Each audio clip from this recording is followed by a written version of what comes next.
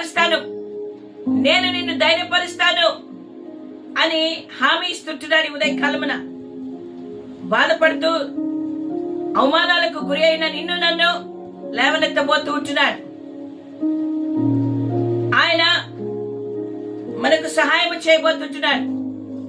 ఎంతో మంది మనల్ని చూసి ముఖము చాటు చేసుకున్నారు, కానీ నా దేవుడు తన ముఖమును చాటు చేయక, మనల్ని చూసి అసహ్యపడక, తన జాలి కలిగిన కరుణగల దేవుడు తన ప్రేమతో మనలందరినీ కూడా రక్షించి మనలను ఆయన లేవనెత్తే దేవుడై ఉంటున్నాడు.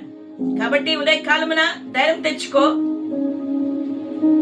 అవిశ్వాసమును వీడు, విశ్వాసమును కర్తైన యేసు వైపు చూడు.